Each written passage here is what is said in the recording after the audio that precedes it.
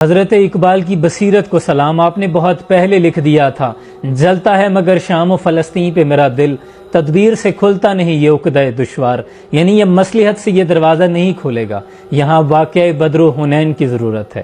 اسلام قربانی مانگتا ہے، اور یہ مصرع لکھ دیا کسی شوخ نے محراب مسجد پر، یہ ناداں گر گئے سجدوں میں جب وقت قیام آیا۔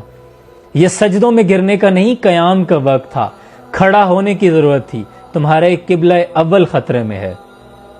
اور یہاں مسلمان فقط زبانی جمع خرچی اور مذمت سے کام لے رہے ہیں، نہیں، یہاں واقع بدر و حنین کی ضرورت ہے۔ حضرت خالد بن ولید نے وقت کی سپر پاور اور لاکھوں کی افواج کے سامنے لشکر چند ہزار کا اتار دیا تھا، یہ نہیں کہا تھا کہ ہماری اکانومی کمزور ہے، ہم ان کے خلاف کھڑے نہیں ہو سکتے۔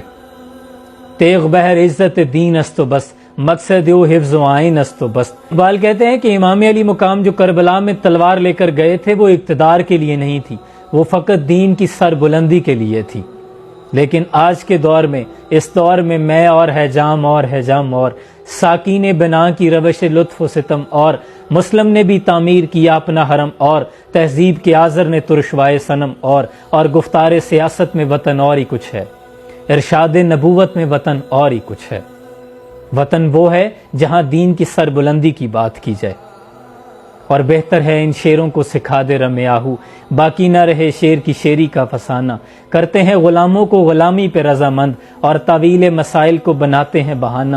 یہ علم، یہ حکمت، یہ تدبر، یہ حکومت، پیتے ہیں لہو، دیتے ہیں تعلیم مساوات، فریاد سے افرنگ و دل اویز یا فرنگ، فریاد سے شیرینیوں پرویز یا فرنگ، عالم ہما برانہ از چنگیز یا فرنگ، میں مارے حرم باد باد امیر جہاں خیز، از خواب گراں خیز۔ یعنی ان شیروں کو ہرن کی چال سکھا دو، انہیں مت بتاؤ کہ حضرت خالد بن ولید نے میدان جنگ میں کتنی تلواریں توڑی تھی، انہیں مت بتاؤ سلطان صلاح الدین ایوبی کون تھا، حضرت عمر فاروق عمر بن خطاب کون تھا۔ منفیت ایک ہے اس قوم کی، نقصان بھی ایک ہی سب کا نبی، دین بھی ایمان بھی ایک، حرم پاک بھی، اللہ بھی، قرآن بھی ایک، کچھ بڑی بات ہی ہوتے جو مسلمان بھی ایک۔